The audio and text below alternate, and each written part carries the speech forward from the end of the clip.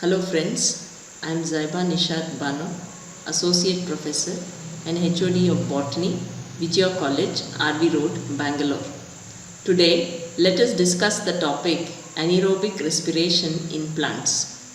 As you can see in the slide, in the blue box, you can see that glucose, which is the respiratory substrate, is broken down into two molecules of pyruvic acid during the glycolytic pathway.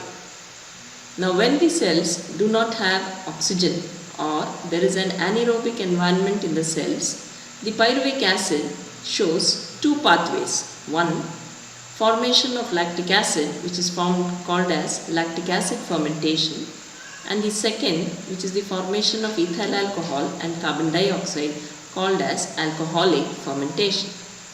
Lactic acid fermentation is seen in bacteria like lactic acid bacteria and during strenuous exercise in mammalian muscle cells. Formation of ethyl alcohol is commonly seen in microorganisms such as yeast. Now, let us understand anaerobic respiration.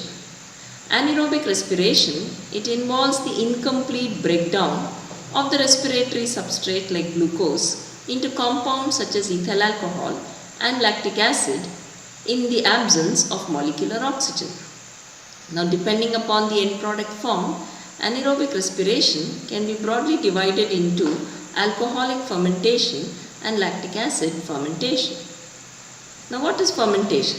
It's a type of anaerobic method of deriving energy for the cells without using oxygen. This process is commonly seen in bacteria, yeast, roots and seeds of higher plants, and in the muscle cells of mammals during strenuous exercise. Now coming to alcoholic fermentation. As the name itself suggests, the end product of this fermentation is ethyl alcohol. Therefore, this type of fermentation is called as alcoholic fermentation. It is very commonly seen in microorganisms like yeast. You all know that yeast is a unicellular fungus where respiration normally occurs in the absence of molecular oxygen. The two molecules of pyruvate formed by the glycolytic pathway, they undergo decarboxylation with the help of the enzyme pyruvate decarboxylase to form acetaldehyde and carbon dioxide.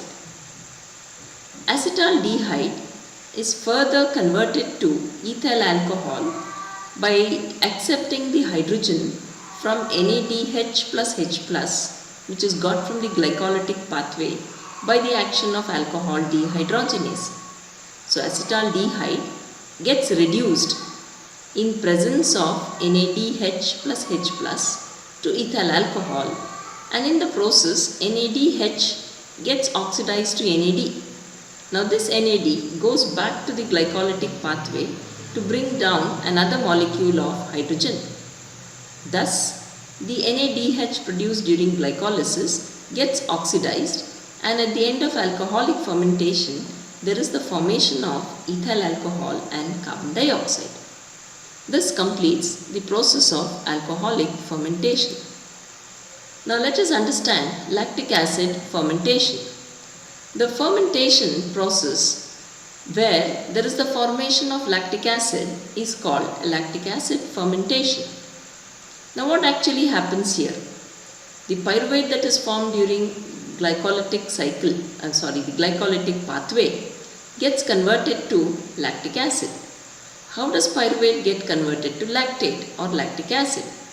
It gets converted to lactic acid by the action of the enzyme lactate dehydrogenase, where the NADH produced during glycolysis gets oxidized and the hydrogen from NADH is accepted by pyruvic acid.